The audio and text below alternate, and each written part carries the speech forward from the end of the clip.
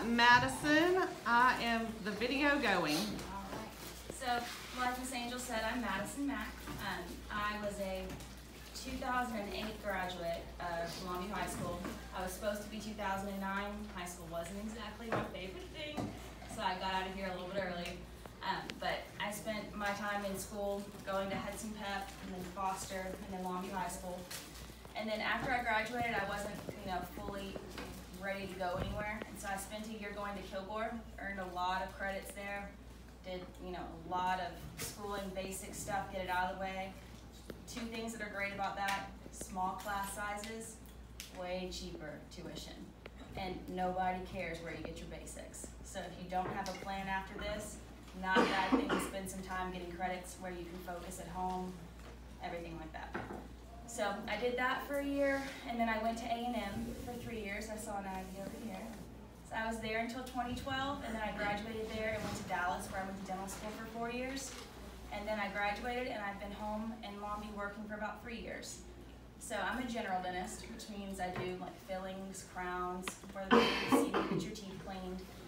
After dental school, you have the option to go to more schooling, such as like becoming an orthodontist or an oral surgeon. All of those are add-ons to that additional school, somewhere between 3 and 6 years after. So anytime you see a specialist, they went to a lot of school, a lot of school. So for me, it was 8 years post-high school, but for them, it's anywhere between 10 and 14. It's just, to put braces on you, it's nuts. But anyway, so I wasn't always sure what I wanted to do, but I don't know if any of y'all have had your wisdom teeth out or had braces by my sister, but we are teeth people, so it kind of made sense. But I really enjoy what I do on a daily basis. I get to see a variety of everything, which is why I decided to do general dentistry. I get to see every age group, every problem, and my schedule every day never looks the same. I'm never doing the same thing for more than a couple hours. It's always something different. So I like that about my job. But something that's a little bit different about what I do than what other people do is if you go see your specialist, like you get your wisdom teeth out or you get a root canal, you see them once, maybe twice in your life. You don't, you like them. You don't have to know them and really, have a relationship. I get to have a relationship with my patients, which is really cool. And I get to see generations. So I have 3 generations in one family that I see on a twice-a-year basis. So I'm seeing grandma, kids, grandkids. I have some great-grandkids and great-grandparents. So it's kind of neat to be able to see, such a wide range. But everybody needs a general dentist, so everybody has to see one at some point. And so it's kind of cool. You come into contact with people of all different lifestyles, everything that you can imagine. And, what I do isn't always glamorous. It's in your mouth. So, you can imagine how dirty some people's mouths are. But it's important to kind of set the basis for, teaching people how to take care of their teeth. And y'all's age group has had a really nice additive called fluoride in your water that makes all of y'all's teeth a whole lot better than most people that y'all know, like your grandparents or your parents. And so y'all don't need as much dental work, but it's still really important that y'all come in and get your teeth checked at least twice a year, brushing twice a day for at least 2 minutes. And so with the toothbrush that y'all have, something that y'all need to keep in mind whenever you're buying toothbrushes at the store is unless it says ES, if you pull out your toothbrush on the top right, it'll say either ES or S. What that means is extra soft or soft. So back when they first started making toothbrushes, they were like hair brushes. They were so bad for your gums. The ones that we have now, they still sell them in all those varieties, but you should always pick a soft one. So give these a try and see if you like them, but you should always kind of look for that in the store. But 2 minutes every day. Don't hold it like you're sawing your teeth.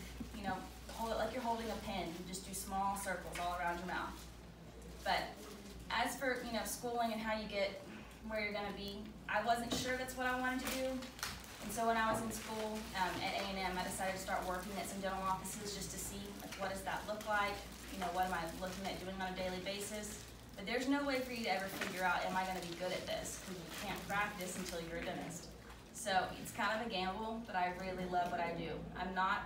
Originally I was not an artsy person, and I found a lot of art in what I do, which is cool.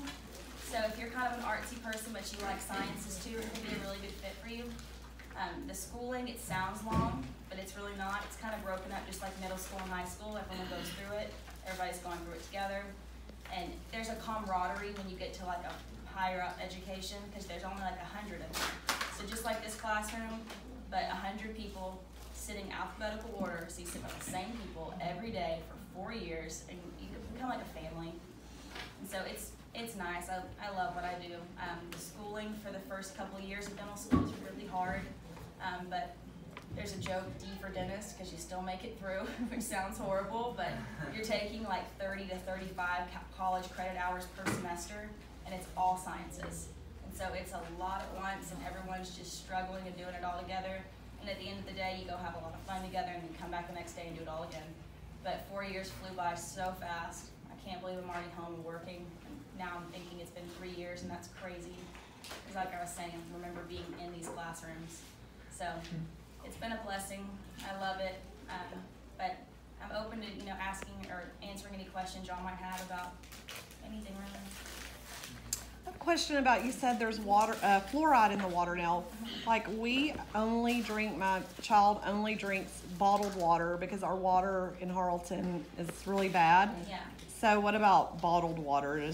So no bottled water has fluoride. And actually there's a lot of bottled waters that are really bad for your teeth, which sounds crazy because water shouldn't be bad for you. But when you go to the gas station, you see all the waters, they're like $2.49. You're like, it's water. Why is it $2.50? It actually does make a difference. So I used to think that was just because people were bougie and wanted like Fuji water, like, ooh, you got a square bottle, whatever. No, not actually the problem. So people actually are taking water and taking so much stuff out of it. Y'all know like pH? Y'all teach y'all? So pH of 7 is neutral. That's where you should stay most of the time to be like in a normal steady state for anything. So if your water is acidic, then you're gonna drop down to be acidic.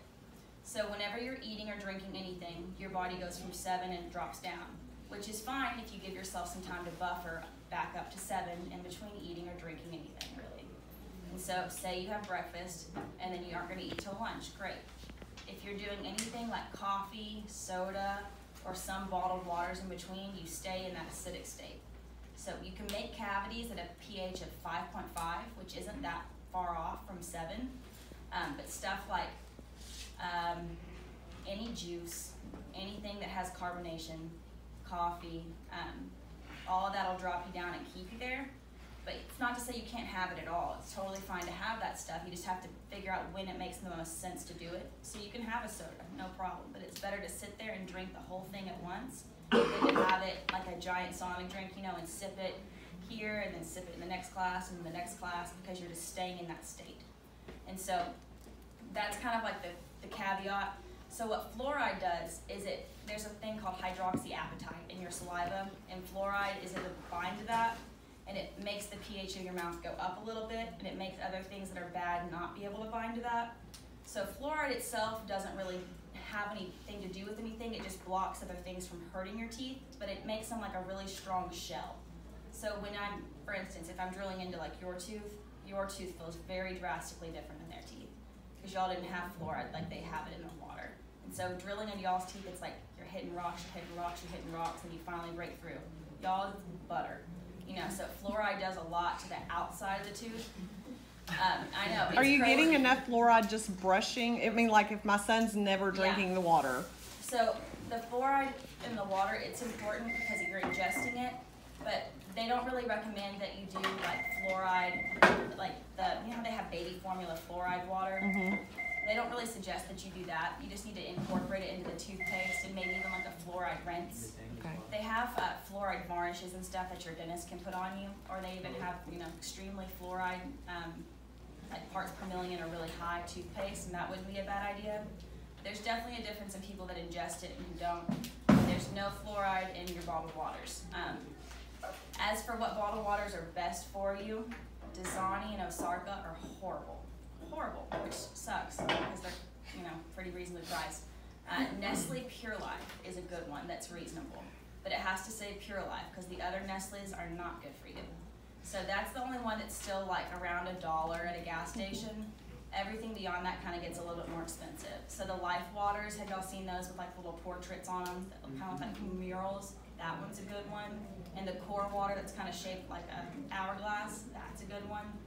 But beyond that, I mean, if you're not drinking a ton of that in between, you're fine. And I mean, water's not that bad for you. You just have to kind of keep in mind if you're always drinking that kind of water, it's not really that great for you. I know, it's crazy. Never heard that before. Well, it used to be, sorry,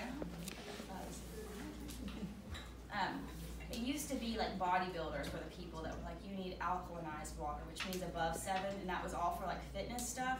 And then people started testing it because of that, and then dentists caught on and were like, hey, water's acidic, because like, why would we ever test that? It seems crazy. But yeah, anything like that takes it away. There's certain counties that, you know, choose not to do fluoride in their water, but if the water where you live isn't a healthy water, I wouldn't drink it. You know, I would just do that and do some supplemental fluoride stuff. Anything that's a sugar-free gum is actually pretty good for your teeth. If you'll ever look at the bottom of like Trident, it'll say with xylitol. Xylitol spelled with an X, X-Y. Kind of a weird word, but what it means is it's a natural sugar, but it is able to make an anti-cavity effect the same way fluoride is. And so if you're if you're chewing gum, always stay sugar-free for sure. But if you can find one that says with xylitol, it's a good option. So that's like Trident, the Spry, S-P-R-Y, that gum is a good one. You can get a lot of stuff like that at like a drug emporium, stuff like that. But any of the natural toothpastes, like Tom's and all, you know, those, nothing wrong with natural, it's just there's no fluoride in it. So if that's what you're into, you know, maybe consider adding a little supplement to something. All right, questions from y'all? So what kind of water do you actually have?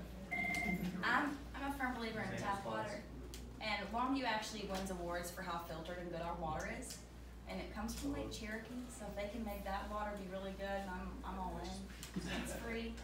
But I don't even, if someone has like a refrigerator that has a filter in it, I still get tap water. For 2 reasons. 1, there's no fluoride, and 2, if you ever look at the little nozzle of that thing, you'll never drink out of those either. Yeah. Nasty. What else do we got?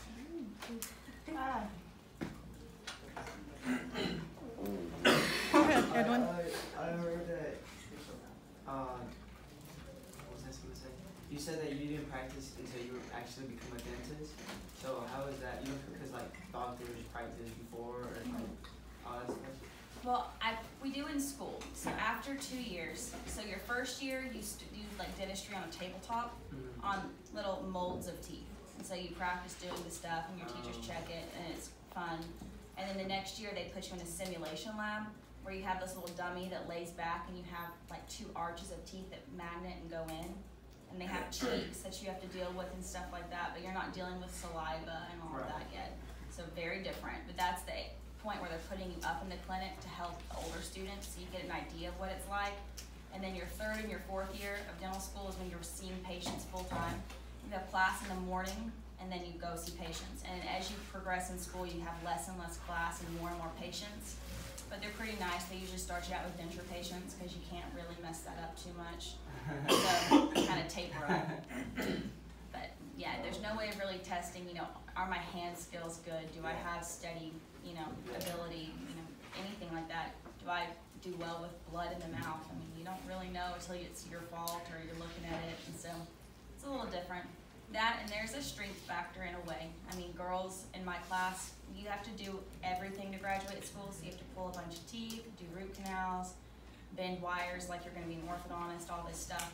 But there's portions that people really like and don't like, and you struggle to get credits here and there. And there's a lot of girls that don't like pulling teeth, and so that's kind of kind of hard to reach that number. My dad pulls teeth for a living. I'm really good at pulling teeth, and I like pulling teeth. And I'm kind of a taller girl, so that helps me out. But I mean, you have no way of knowing when you go into school, can I do that? It's a lot of like forearm strength and grip strength and stuff like that. So it's interesting, but you can pick and choose, like I said, what you're gonna do. You can go from there and say, hey, I never wanna pull a tooth again. I wanna put braces on kids. That's so much easier on my body. Great. So you went to dental school in Dallas. What's the name of the school? And so while I was in school, it went through a giant name transition. So most people know it as Baylor College of Dentistry. It's if y'all know like where Deep Ellum is in Dallas. It's kind of like the south area in a way, and it's totally different than it was, you know, 5-6 years ago. They've really vamped it up. It's nice, but I went there, and A&M had bought the school, and so they went through this big transition. So now it's Texas A&M Health Science Center, Baylor College of Dentistry. So it's ridiculous. But every day we'd go home for like Christmas break and come back. There'd be like an A&M sign on the wall, and then we'd go home again for Thanksgiving and come back, and it's gone. So it was just like this thing all the time. Our diplomas, though, are like forever long, you know. So are there other dentistry schools, like where just if, I mean, I know some people are like, I wouldn't want to go, you know, super far away. What are the options? So one thing that's really great about Texas is still supporting public health in a way. And so we are the cheapest dental schools in the entire nation in Texas. And when I say cheapest, it's cheaper by, you know, multiple folds. So Texas has 3 dental schools currently. There's one in Houston, there's one in San Antonio, and there's one in Dallas. And everybody accepts around 105, 110 students a year, and everyone graduates around 104, 105, something like that. So, you know, 5 or so drop out. Not that big of a dropout rate. And it's, you know, not always for grades. It can be, you know, hey, I don't like this, which happens, you know. It's fine. You don't get yourself in 4 years of debt and then you decide you don't want to do it. So it's smart, you know, but there's a new idea being thrown around, and it's especially a neat idea for people who can speak Spanish. They're thinking about opening a 4th dental school in El Paso, and it'll be much more affordable for one, but it's going to serve areas of the state that nobody's willing to go to. So like border towns. In Texas, they say we have enough dentists per people, but it's not so much true because they're all in big areas, because nobody wants to go to like McAllen if they can be in San Antonio. And so it's hard to get people to go down there, and then there's a large portion of the population of Texas that can't speak Spanish. And so it's hard to do good health care when you're constantly working through a translator, because there's some words, you know, that just don't translate well from one language to another. I do a lot of mission trips in a lot of countries that don't speak English, and I've kind of learned the hard way that sometimes what my translators are saying to my patients is not what I'm trying to convey at all. Like I'll say, hey, I can save this tooth, would you like to do the filling? And they'll tell the patient, you gotta take it out. That is way not what we said. And so it's kind of interesting. I don't really know how the breakdown happens, but